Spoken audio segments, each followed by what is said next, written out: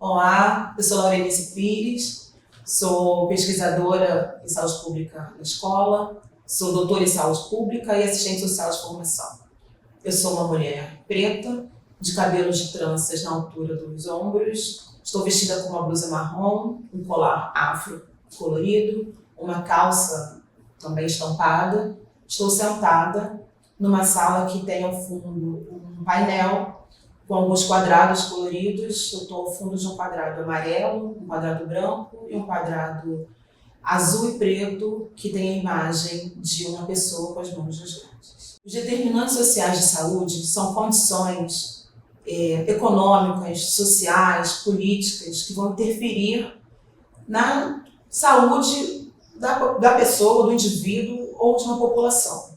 É o que vai determinar um pouco o processo de saúde e doença dessas pessoas. Então, se elas têm mais acesso à educação, mais acesso à moradia, à água potável, por exemplo, elas têm maior chance de ter melhores condições de saúde. É importante lembrar que essa discussão sobre determinantes sociais de saúde começa no Brasil, na América Latina, por volta da década de 1970, quando um grupo de profissionais do pensamento crítico estava discutindo, fazendo críticas à medicina social, à medicina coletiva, à saúde pública, a como o uso das tecnologias médicas estavam sendo usados de maneira prioritária para resolução de problemas de saúde, sem que tivesse protagonismo nesse cenário os outros aspectos que a gente sabe hoje que também influenciam a saúde, né? Desse indivíduo ou desse grupo, dessa comunidade, desse território. Então, entendendo que os determinantes são esse conjunto de fatores, né? São essas condições que vão influenciar os indivíduos, quando a gente pensa no grupo específico, que é a população negra, e a gente olha para a situação desse grupo, a gente sabe hoje que a população negra apresenta piores indicadores com relação à educação. Tem mais analfabetos que são pretos ou pardos, né, que constituem esse grupo negro, do que brancos, por exemplo. Então, quando a gente fala dos determinantes sociais de saúde, do impacto da escolaridade, da habitação, por exemplo, acesso ou não à água potável, saneamento básico, que são fatores importantes que vão ajudar, que vão contribuir para entender a capacidade de produção de doença ou de saúde de um indivíduo, de uma comunidade. Tem outros fatores, né? Os determinantes sociais, eles são um complexo de fatores que vão incidindo ali sobre esse indivíduo, sobre essa comunidade. Tem outros que são muito importantes. Pensar em gênero, né? O gênero dessa pessoa que tem ou não acesso à escolaridade, pensar se essa pessoa mora num território que é violento ou não, pensar se essa é uma pessoa preta, uma pessoa parda, uma pessoa indígena, uma pessoa amarela. A questão da raça são questões importantes, né? Eu diria que esse grupo de gênero e raça seriam os determinantes estruturais, né? Porque eles são transversais a todas essas possibilidades e eles vão dar um tom diferente para todos esses desafios. Então, se é uma pessoa negra e trans, por exemplo, que precisa de acesso a um serviço de saúde, ela pode ter um desafio diferente, maior do que uma pessoa branca, cis, que vai acessar um serviço. Então, os desafios de determinantes sociais para a população negra, eles estão inseridos nesse contexto do racismo estrutural, do racismo institucional, e eles podem ser observados durante todo o ciclo de vida desse indivíduo. A Fiocruz tem um estudo, ELSA, que é um estudo realizado de maneira longitudinal ao longo de um conjunto de anos, e que é feito com trabalhadores de saúde, e entre 2008 e 2010 foi publicado um boletim em que eles mostram que pessoas que vivem em áreas segregadas, que são áreas que os domicílios, né, têm renda entre 0 e 3 salários mínimos, são pessoas que, por exemplo, apresentaram maior chance de hipertensão, 26% mais chance de hipertensão e 50% mais chance de diabetes. Então, quando a gente olha para esse resultado e pensa nos determinantes sociais, é muito comum a gente ouvir, uma pessoa negra tem mais chance de ter hipertensão, por exemplo.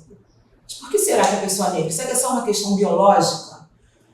Ou será que viver em espaços segregados, em territórios segregados, em que a violência é cotidiana, a falta de acesso a direitos sociais básicos, direitos humanos básicos, não interfere também na relação dessa pessoa com esse ambiente e não faz com que ela responda menos a um tratamento, por exemplo, de hipertensão, ou que ela fique mais propensa a ter hipertensão, não necessariamente por uma questão genética, biológica, mas por uma questão social. Acho que esse é um bom exemplo de como os determinantes sociais impactam na vida do indivíduo, né? 3 pontos que eu chamaria a atenção com relação aos determinantes sociais, que profissionais podem prestar atenção, né, durante o cuidado oferecido aos usuários.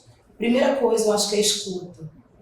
Muitas vezes, como eu falei anteriormente, esse usuário está passando por uma situação ali no seu território de tensão. E, às vezes, o principal cuidado que a gente tem que oferecer para ele é a escuta, né? É ouvir quais são as questões que ele traz, é entender qual é o cenário em que ele vive, para que seja possível pensar no cuidado, co-criar o cuidado com esse usuário, né?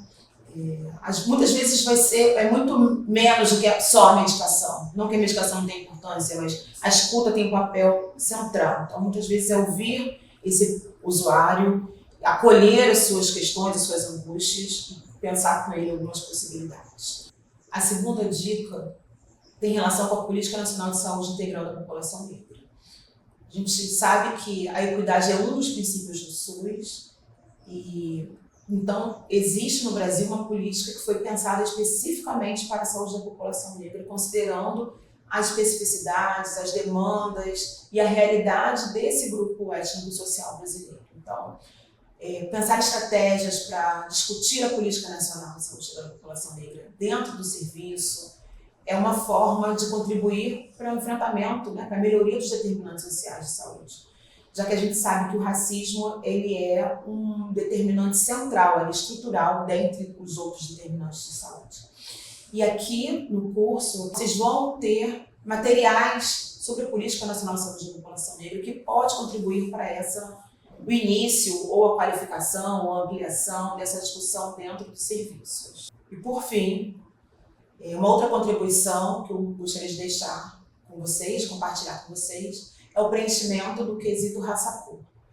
A gente sabe que o cotidiano dos serviços é intenso, são muitos os formulários a serem preenchidos, isso causa uma certa angústia, né, durante o cotidiano ali, mas a gente também sabe que esses formulários, os sistemas bem preenchidos, são importantes para o planejamento, para a gestão, para o monitoramento das políticas como um todo, dos serviços que são oferecidos nas unidades. Então, o preenchimento do quesito raça-cor é um ponto muito importante no enfrentamento ao racismo e nas estratégias para qualificar e para potenciar os determinantes sociais de saúde de maneira positiva nos serviços. É importante lembrar que o preenchimento do quesito é um preenchimento autodeclarado. Então, nós profissionais perguntamos e o usuário responde qual é a sua raça-cor, considerando as opções do IBGE, né? Se é uma pessoa preta, se é uma pessoa parda, se é uma pessoa branca, se é uma pessoa amarela, se é uma pessoa indígena. Ela diz sobre a autodeclaração dela. Então, é isso. Acho que essas 3 sugestões são sugestões de como você, no serviço, pode pensar, né, pode usar algumas estratégias, usar dessas dicas para melhorar, para contribuir para a ampliação dos determinantes sociais de saúde, para o enfrentamento do racismo e, assim, consequentemente, para o enfrentamento das inequidades em saúde, né? A gente sabe que a melhoria dos determinantes sociais, né, em vários níveis, né, tem um nível que é mais local, tem um nível que a gente sabe que também é mais estrutural, mais, né, das políticas públicas, mas esse enfrentamento ele, tem uma relação direta com a redução das inequidades em saúde, né? Como se fosse uma coisa que se retroalimentasse, né? A gente melhora os determinantes reduzem as inequidades em saúde e assim a gente pode contribuir para produzir a saúde da melhor forma para a população. Espero que vocês tenham gostado desse tema. Ao final, nós vamos deixar a indicação de alguns materiais para vocês lerem. Lembrando que no canal também vocês encontram outros materiais, né, outros temas que podem compor aí o cardápio de educação permanente, tão importante para que a gente possa oferecer um cuidado melhor para os nossos usuários. E então, bons estudos para vocês!